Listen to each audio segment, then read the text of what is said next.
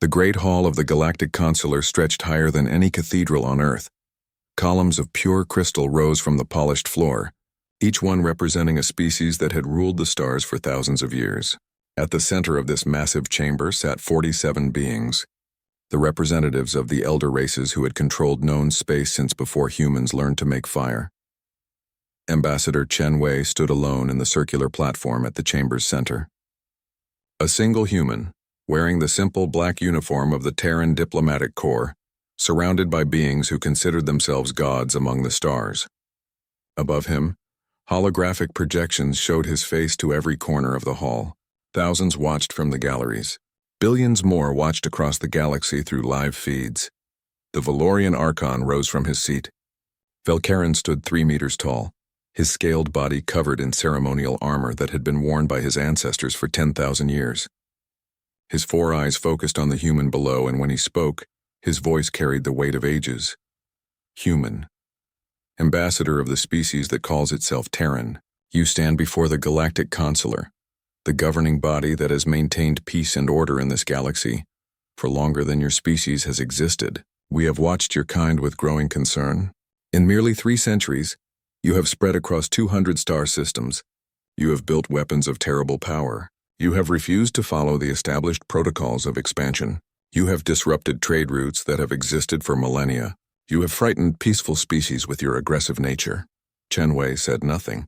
He simply stood with his hands clasped behind his back, his face calm. This seemed to irritate the Archon. The Consular has deliberated on the human question for 5 standard years. We have reviewed your history, your wars, your tendency toward violence and chaos. We have concluded that humanity poses a threat to galactic stability. Therefore, we present you with the following requirements, which you will implement within 30 standard days. A holographic document appeared in the air above Chen Wei. The terms scrolled past in 23 different languages. Chen Wei read the human translation without any change in his expression. The Archon continued. You will reduce your military fleet by 90%. You will surrender all vessels of battleship class or larger to consular authorities. You will accept consular observers on all your remaining military ships. You will cease all expansion beyond your current borders. You will open your industrial worlds to consular inspection. You will pay reparations totaling 5 trillion galactic credits for the disruption you have caused to established trade networks. You will submit to consular guidance in all matters of foreign policy. Other council members nodded in agreement. The Keldari High Consular, Teresh, watched the human carefully. She was old even by the standards of her long-lived species, and she had seen many younger races brought before this council. Most of them reacted with anger or fear. Some begged, some threatened. All of them eventually submitted. The consular had never failed to bring a younger species to heel. If you refuse these terms, the Archon said, his voice dropping to a menacing rumble, the consular will implement a complete economic embargo against all human worlds. No species will trade with you. No ships will be allowed to enter your space. You will be isolated until you comply. If you resist the embargo with force, the consular will interpret that as an act of war, and we will respond accordingly. The chamber fell silent. Every eye focused on the lone human. Chen Wei stood quietly for a long moment, reading through the document once more. Then he looked up at the Archon. Is that all? He asked. The Archon's scales rattled with irritation. All? Human? You have just been given an ultimatum by the combined authority of the elder races. You should be begging for mercy or raging at the injustice. Instead, you ask if that is all. Chen Wei smiled slightly. It was not a warm smile. Archon Velkaron, members of the Consular, I have listened to your demands. I have read your terms. I understand that you expect the Terran Empire to comply with these requirements within 30 days. Is there anything else you wish to add to this ultimatum? Teresh leaned forward in her seat. Something about the human's tone concerned her. She had lived for 600 years and learned to trust her instincts. This human was too calm, too controlled. She opened her mouth to suggest they reconsider, but the Archon spoke first. There is nothing to add. The terms are clear. 30 days, human. Return to your masters and tell them that the age of human expansion is over. Tell them that they will learn their place in the galactic order, or they will learn what happens to species who defy the consular. Chen Wei nodded slowly. He touched a control on his wrist and the holographic document disappeared. Very well. I will deliver your ultimatum to my government. The Terran Empire will consider your proposal and provide a response before the deadline expires. Proposal? The Archon's voice rose. This is not a proposal, human. This is an ultimatum. There is no negotiation. You will comply, or you will suffer the consequences. I understand your position, Archon, Chen Wei said, his voice maddeningly calm. Nevertheless, I will present your demands to my government. They will make their decision in due time. He turned to leave the platform, but the Archon's voice stopped him. Human, you do not seem to understand the gravity of your situation. Perhaps you think your species is special? Perhaps you believe you can resist where others have failed. I assure you, every species that has stood where you stand now believe themselves to be unique. All of them now follow consular law. Your stubbornness will only make the inevitable more painful. Chen Wei turned back to face the council. For the first time, his expression changed. His smile widened, and his eyes held something that made even the ancient Teresh uncomfortable. Archon, I understand perfectly. You have made your position clear. But allow me to be equally clear. The Terran Empire does not respond well to threats. We have a saying on Earth. Do not mistake our restraint for weakness. I suggest you remember that in the days to come. The chamber erupted in outrage. Council members shouted at the human's impudence. The Archon's scales rattled so violently they could be heard throughout the hall, but Chen Wei simply bowed slightly, a gesture that could have been respect or mockery, and walked calmly toward the exit. As he left the chamber, Teresh watched him go. She turned to the Archon, who was still seething with anger. Velkarin, she said quietly. Perhaps we should reconsider this approach. That human was not afraid. Then he is a fool, the Archon snapped. 30 days from now, the humans will be begging to accept our terms. They are children playing at being an empire. We will teach them their place. Teresh said nothing more, but unease settled in her ancient heart. She had seen that look in the human's eyes before, long ago when she was young. She had seen it in the eyes of a predator that had been cornered, and she remembered what happened next. The consular adjourned, satisfied that they had handled the human problem. They believed their ultimatum would force compliance just as it had dozens of times before. They returned to their homes confident in their power and authority. None of them knew that their ultimatum had already been transmitted to Earth, where it was being read by people who had very different ideas about how to respond to threats. None of them knew that they had just made the worst mistake in the history of the Galactic Consular. The 30-day clock had started counting down. But it was not counting down to human surrender. It was counting down to something the elder races had never experienced in their long, comfortable dominance of the galaxy. It was counting down to war with humanity.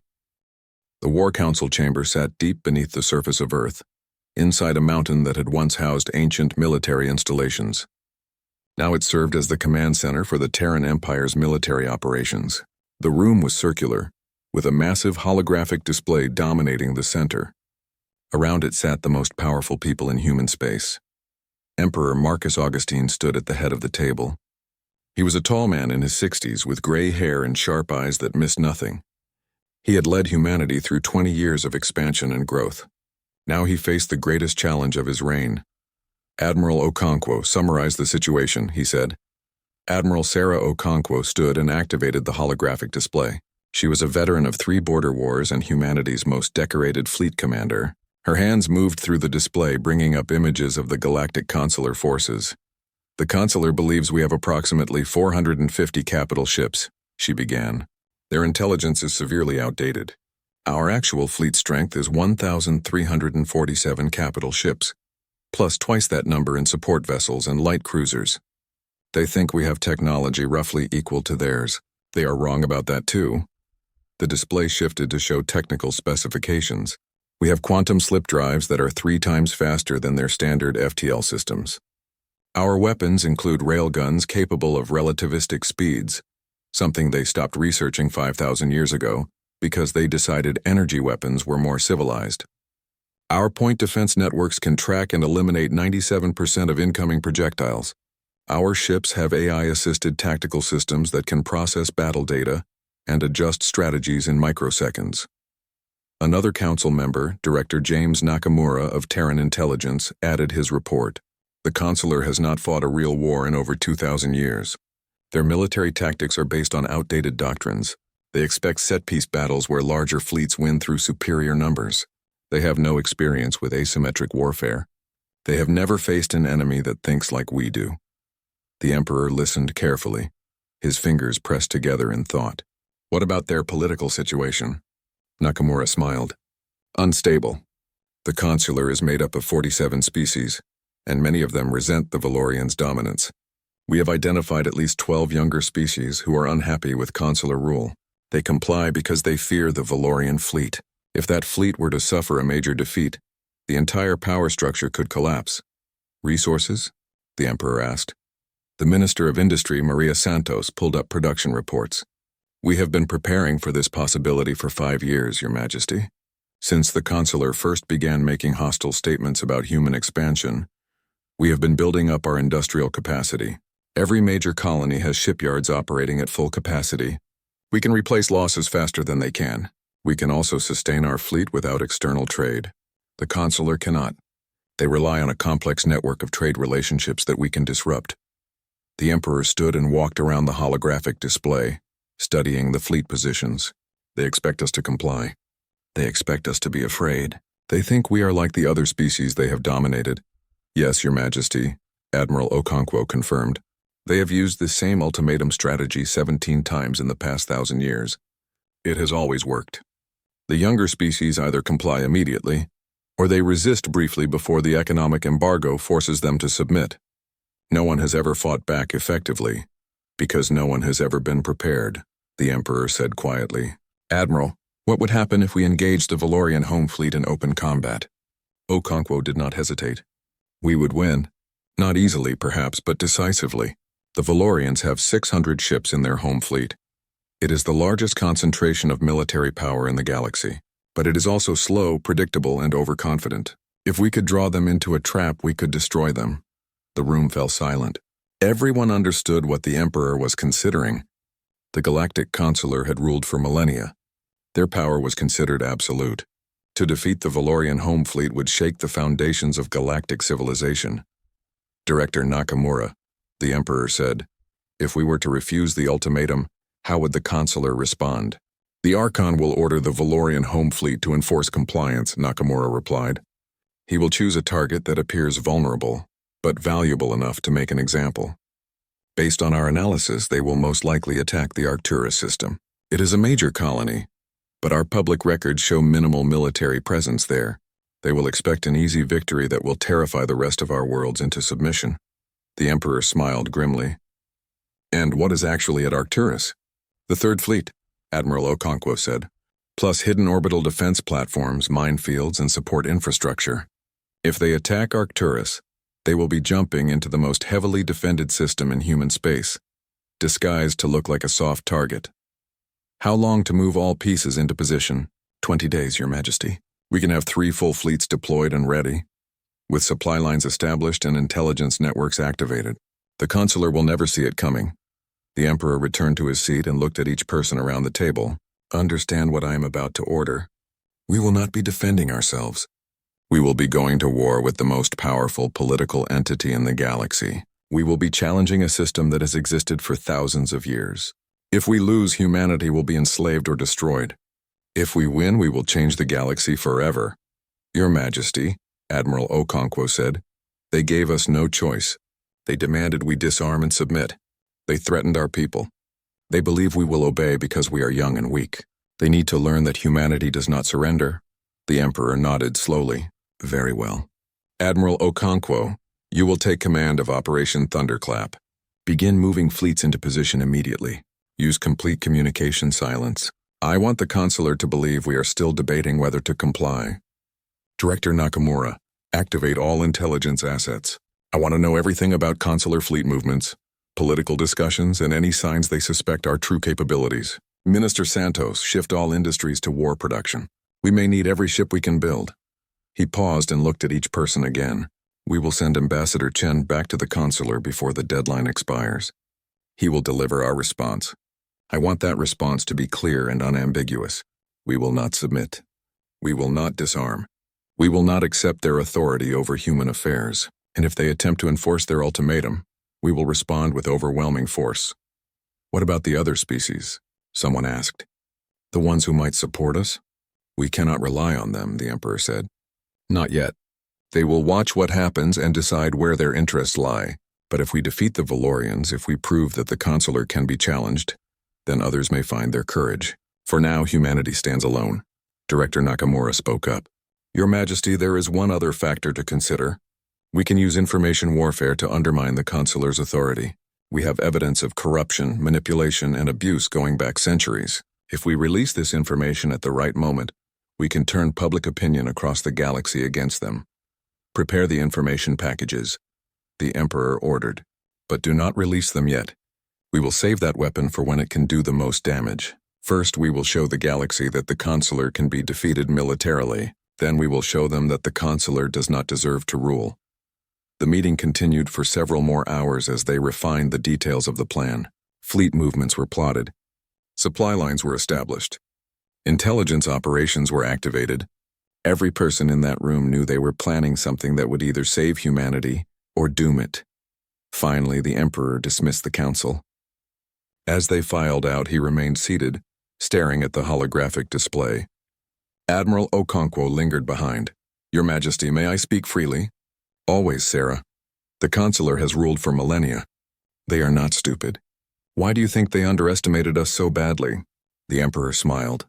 Because they are old and we are young. Because they have been comfortable for so long they have forgotten what it means to struggle. Because they look at us and see primitives playing with technology we barely understand. They cannot imagine that we might be more innovative, more adaptable, more willing to think differently than they are. Their arrogance is our greatest weapon. And if we are wrong, if they are stronger than we think, then we will die fighting, the Emperor said quietly. But we will not die on our knees. We will not surrender our freedom, because ancient aliens decided we are too dangerous to be left alone. Humanity has been underestimated before. We have faced extinction before. We have always survived. We will survive this too. Admiral Okonkwo saluted and left the chamber. The Emperor remained alone, watching the fleet positions on the holographic display. In 23 days, Ambassador Chen would deliver humanity's response to the Consular. In 25 days, if the Consular reacted as predicted, the Valorian home fleet would attack Arcturus, and then the galaxy would learn that humanity was not like the other species. Humanity did not surrender. Humanity did not submit. Humanity fought back. The 30th day arrived. Ambassador Chen Wei returned to the Galactic Consular Chamber, once again standing alone on the circular platform. The council members watched him with various expressions of anticipation. They expected either submission or futile defiance. Either outcome would be satisfactory. Archon Velkarin did not bother with pleasantries.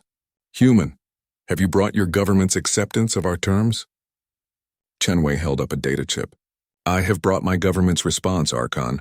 Would you like me to read it aloud? Or shall I simply transmit it to the council? Read it, the Archon commanded.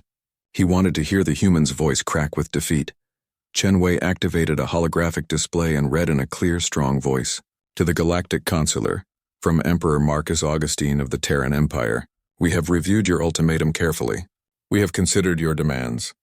We have evaluated your threats. Our response is as follows. No. The chamber erupted in shock and outrage. Council members shouted at each other and at the human. The Archon's scales rattled so loudly they echoed through the hall. Silence, Velkarin roared. The chamber quieted.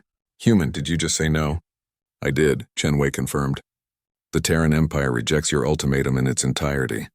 We will not reduce our military forces. We will not accept consular observers. We will not limit our expansion. We will not pay your reparations. We will not submit to your authority. The Terran Empire is a sovereign power and we will remain so.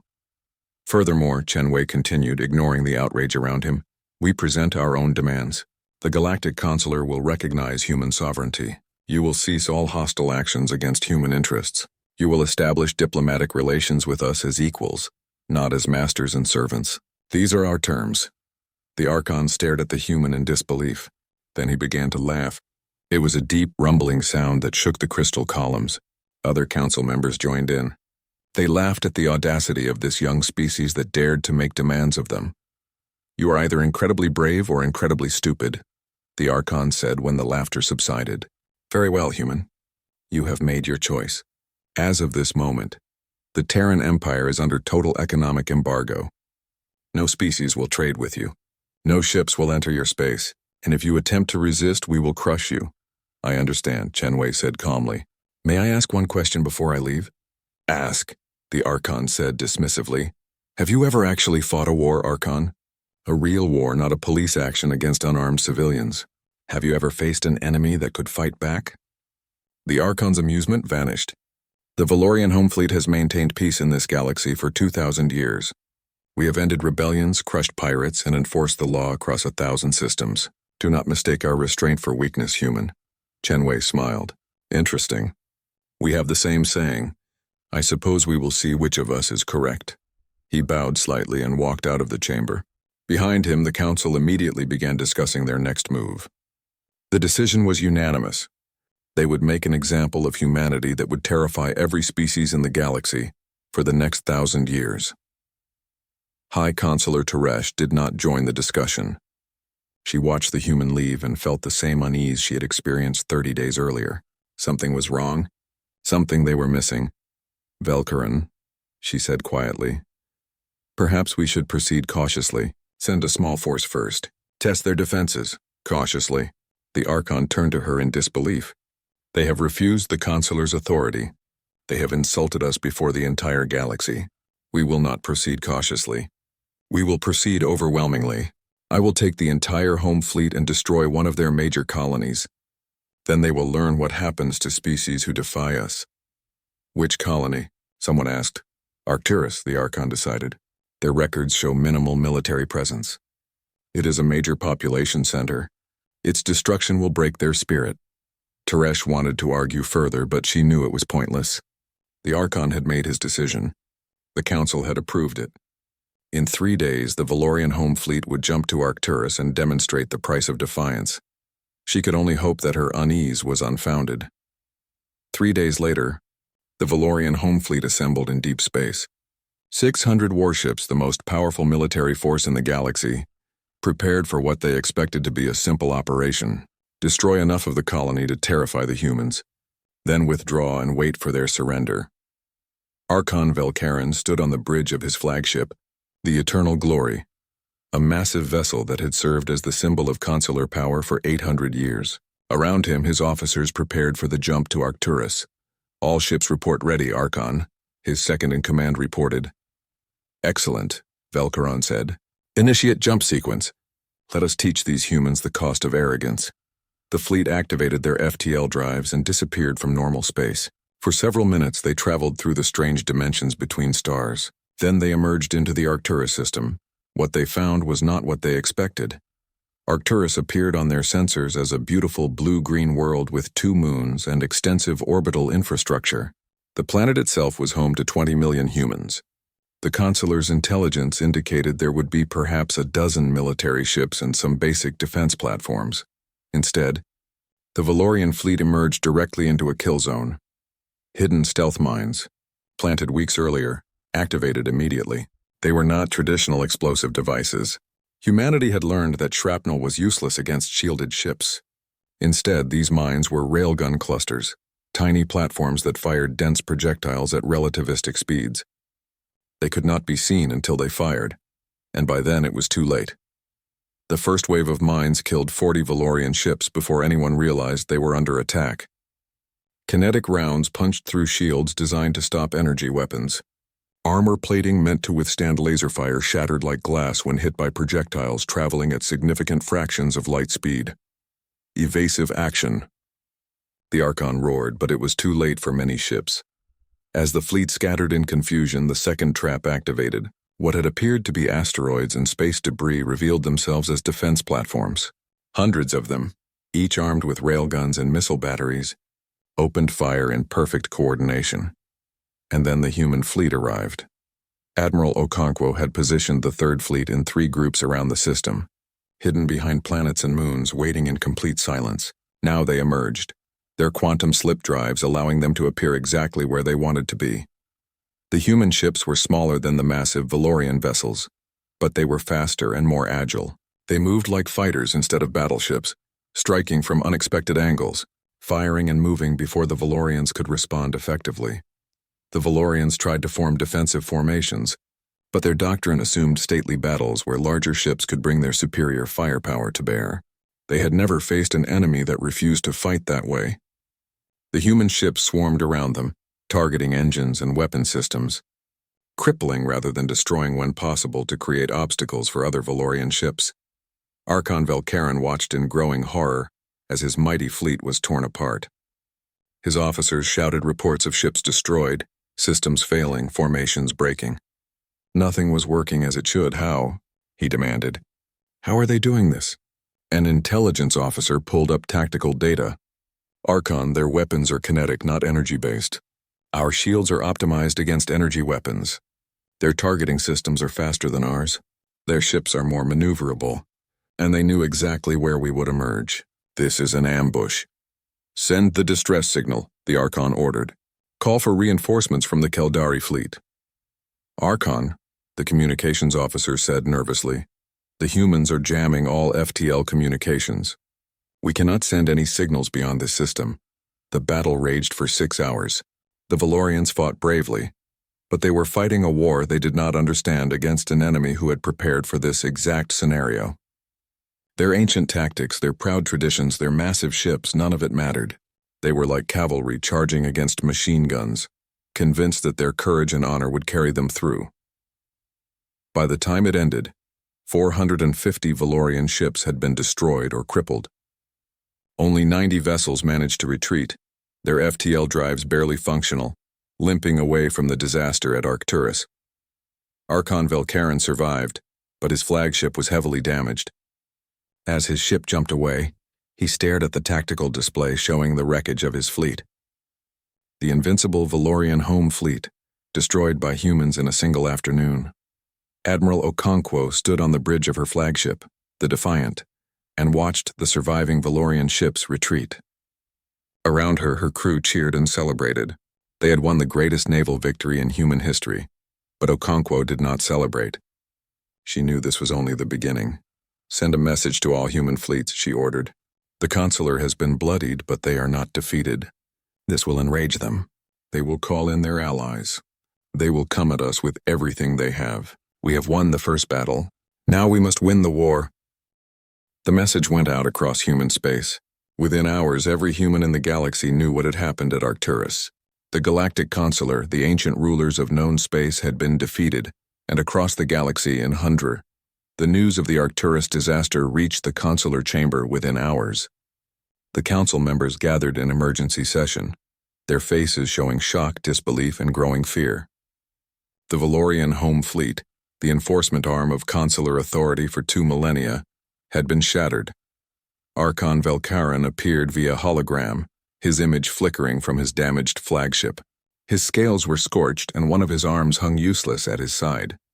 The humans were waiting for us, he reported, his voice filled with barely controlled rage. They knew exactly where we would emerge. They had hidden mines, defense platforms, and 3 full fleets positioned perfectly. Our intelligence was completely wrong about their capabilities. How many ships did we lose? A council member asked quietly. 450 destroyed or captured. 90 escaped. The home fleet is effectively destroyed. The chamber fell silent. Some council members looked at each other in horror. Others seemed unable to process what they were hearing. For 2,000 years, the Valorian home fleet had been invincible. It had ended rebellions with its mere presence. Now it was gone, destroyed in 6 hours by a species that had been in space for only 3 centuries. High Consular Teresh finally spoke. This changes everything. We must reconsider our approach. The humans are clearly more powerful than we believed. Perhaps we should— No. Velkarin's roar interrupted her. We will not negotiate with them. We will not show weakness. This defeat happened because we underestimated them. We will not make that mistake again. I call for full mobilization. Every species in the consular will contribute ships to a combined fleet. We will gather our forces and crush humanity once and for all. That will take months, someone objected. What will the humans do while we prepare? The answer came faster than anyone expected. Director Nakamura sat in his office beneath the surface of Earth, monitoring intelligence feeds from across the galaxy. His team had spent years building networks of informants, hackers, and sympathizers throughout consular space. Now it was time to use them. Begin Operation Thunderclap, he ordered. Across 15 star systems, human strike forces activated simultaneously. These were not the massive fleets that had fought at Arcturus. These were small, fast groups designed for hit-and-run attacks. Each team had a specific target and a specific mission. In the Caldari system, a human strike force appeared without warning at a major communications relay station. The station handled FTL communications for a dozen systems. The humans destroyed it in minutes, then vanished before reinforcements could arrive. Suddenly, a large portion of consular space could not communicate except through slower, conventional means. In the Threxian system, human commandos infiltrated a major weapons manufacturing facility. They planted explosives in the main reactor and escaped. The resulting explosion destroyed the facility and set back consular weapons production by months. In the Zorvath system, a human fleet engaged a consular trade convoy carrying rare materials needed for shield generators. The convoy was protected by military escorts, but the humans struck with overwhelming force, disabled the escorts, and seized the cargo ships. The materials were desperately needed by the consular to rebuild their fleets. Again and again across consular space, human forces appeared, struck their targets, and disappeared.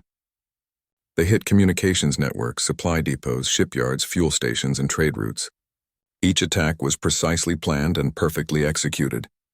The humans were not trying to conquer territory. They were trying to cripple the consular's ability to wage war. The elder races had never experienced anything like this. Their concept of warfare involved large fleets meeting in open battle, where superior numbers and technology determined the outcome. The humans were fighting a completely different kind of war. They were striking everywhere and nowhere, making it impossible for the consular to defend everything. Admiral Okonkwo coordinated the attacks from the Terran Command Center. Holographic displays showed the locations of every human strike force, every consular fleet, every strategic target. She moved ships around like chess pieces, always staying 3 moves ahead of the enemy. Admiral, the Caldari are moving their second fleet to protect their industrial worlds, an officer reported. Good, Okonkwo replied. That leaves their communications hub in the Deltan system undefended. Send Strike Force 7 to destroy it. By the time the Caldari fleet arrives, our people will be long gone.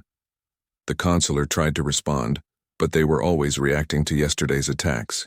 Their slower FTL drives meant they could not intercept human ships. Their rigid military doctrines had no answer for this type of asymmetric warfare. Their command structure, designed for the slow, deliberate pace of ancient warfare, could not adapt fast enough. Meanwhile, Director Nakamura launched the second phase of his operation: information warfare. For decades, the consular had maintained its authority through a combination of military power and propaganda. They presented themselves as wise guardians who maintained peace and order. They carefully controlled the flow of information throughout the galaxy. Now Nakamura released everything his intelligence service had gathered. Evidence of corruption among consular officials. Records of economic manipulation that had bankrupted younger species. Video of consular forces brutally suppressing peaceful protests. Financial documents showing how the elder races had used their position to enrich themselves at the expense of others. Treaties that had been violated. Promises that had been broken. The complete ugly truth about how the consular actually operated. The information flooded across every network in the galaxy. The consular tried to suppress it, but it was too late. Billions of beings across hundreds of worlds saw the truth about their supposed guardians. In the Phyrexian system, a younger species that had chafed under consular rule for centuries, protests broke out. The local consular garrison tried to suppress them, but the protesters had seen the human victories. They had seen that the consular could be challenged. The protests turned into riots, and the riots turned into rebellion. In the Mantari system, a major trading partner of the consular, the planetary government reviewed the evidence of economic manipulation. They discovered that consular tariffs and trade restrictions had cost them trillions of credits over the years. They announced they would no longer follow consular trade laws. System by system, species by species, the carefully constructed edifice of consular authority began to crack. The elder races watched in growing panic as their galaxy slipped out of their control. They called emergency sessions. They debated responses. They issued statements and proclamations. But nothing worked. The damage was done. In the consular chamber, High Consular Teresh addressed her fellow council members. "We are losing this war," she said bluntly. "Not because the humans have superior forces, but because we have lost the moral authority to rule. Every attack they make, every piece of evidence they release, shows the galaxy that we are not the benevolent guardians we claim to be. We are simply the oldest and strongest, using our power to maintain dominance. What would you have us do?" Velkarin demanded. "Surrender to these upstart primitives?" "I would have us face reality," Teresh replied. "We cannot defeat the humans militarily. They are too fast, too innovative, too willing to fight in ways we cannot counter. And even if we could defeat them, we have already lost politically. Half the galaxy is questioning our authority. If we continue this war, the consular will collapse from within." "She is right," another council member said quietly. "I have received reports from my homeworld. There are protests in the streets. People are demanding answers. They want to know why we started a war with humanity. They want to know if the evidence the humans released is true. Our authority is crumbling." Velkarin looked around the chamber. He saw fear in the faces of beings who had never known fear before. He saw uncertainty where there had always been confidence. He saw the end of everything they had built over thousands of years. "What do you propose?" he asked Teresh. "We must negotiate, not from a position of strength, but from reality. We must accept that the galaxy has changed. The age of elder race dominance is ending. We can either adapt or we can watch everything collapse around us." The debate continued for days. Some council members refused to accept defeat. Others saw the writing on the wall. Military reports continued to pour in, each one worse than the last. Human attacks showed no sign of stopping. More systems were rebelling. The economic embargo against humanity had failed completely because too many species were ignoring it. Finally, the consular reached a decision. They would request negotiations. Emperor Marcus Augustine received the consular's message in his office on Earth. He read it carefully, then called Admiral Okonkwo and Director Nakamura to join him. "They want to negotiate," he told them. "Do we accept?" Okonkwo asked. The Emperor was quiet for a moment. "We could continue the war. We are winning. We could probably destroy the consular completely if we wanted to. But," Nakamura prompted, "but that is not our goal.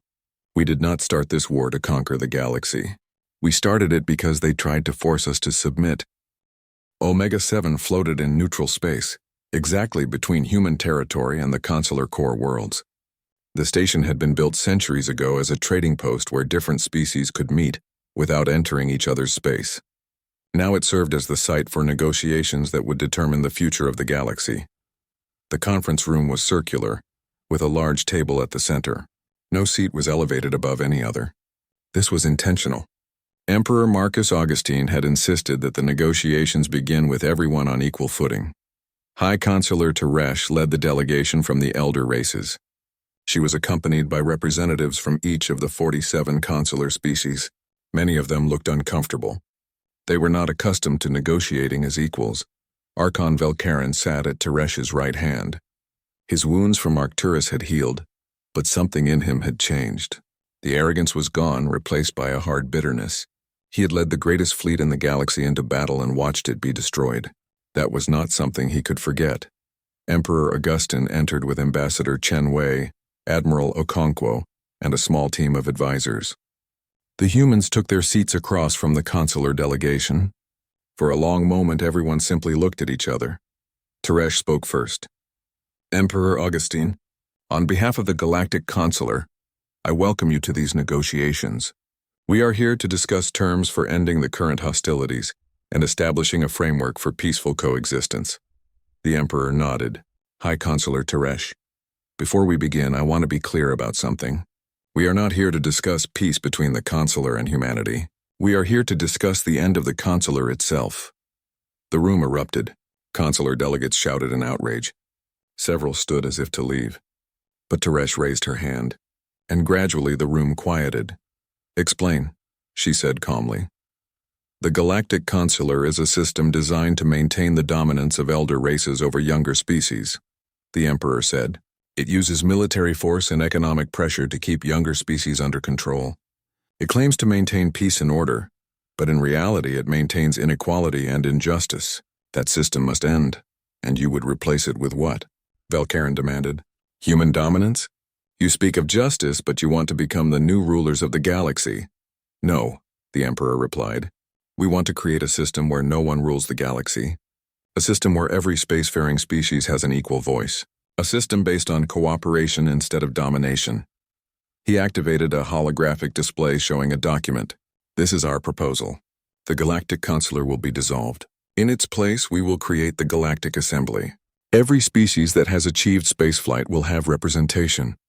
Decisions will be made by majority vote, with protections for minority rights. No single species or group of species will have veto power. Military forces will be maintained by individual species for self-defense, but aggressive war will be forbidden.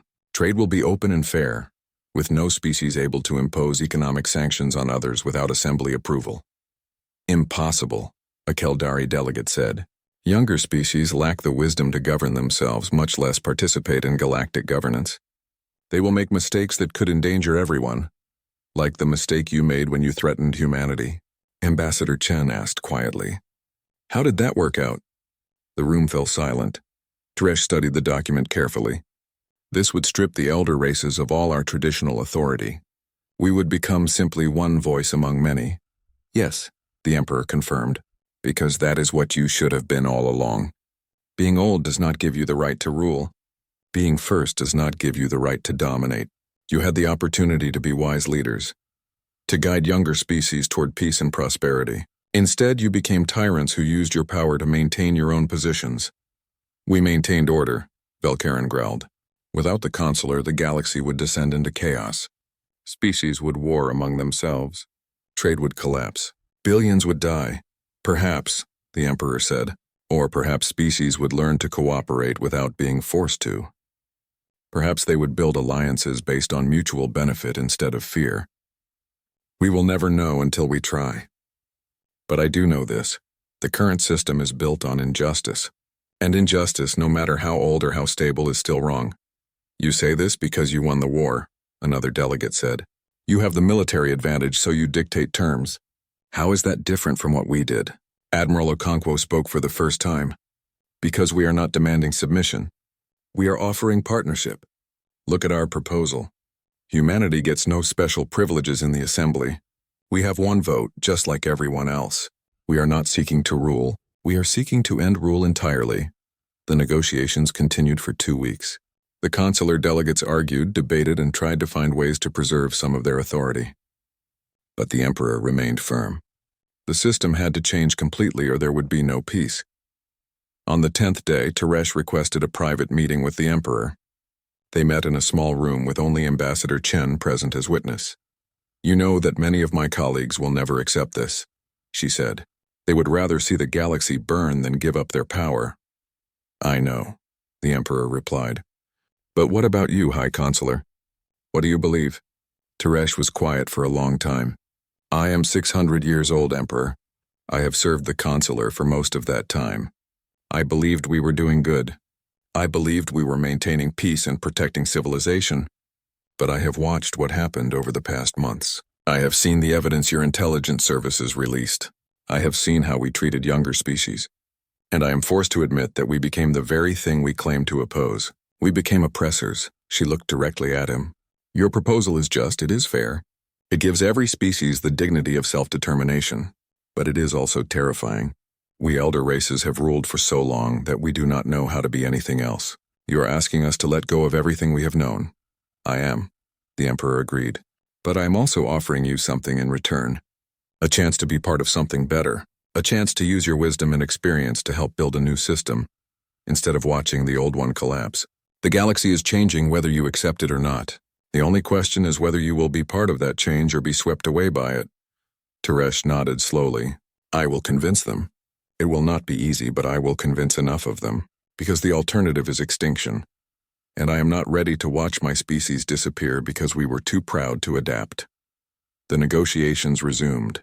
Teresh used all her considerable influence to bring the consular delegates around. Some agreed willingly. Others agreed reluctantly. A few refused entirely and stormed out of the negotiations. But eventually, enough delegates supported the proposal to make it legitimate. On the 16th day, the final agreement was signed. The Galactic Consular would be officially dissolved. The Galactic Assembly would be formed within 6 months. All species would have representation. A new era would begin. The signing ceremony was broadcast across the galaxy. Billions of beings watched as the Emperor and High Consular Teresh stood together and signed the document. It was a moment that would be remembered for millennia. Afterward, Velkarin approached the Emperor. The Valorian's face was unreadable. "You have won, human. You have destroyed everything we built. I hope you are satisfied."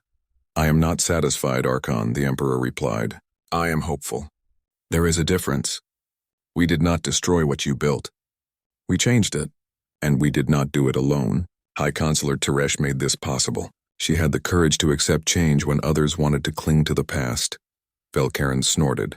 "Courage? Is that what you call it?" "I call it surrender." "Then you have learned nothing," the Emperor said.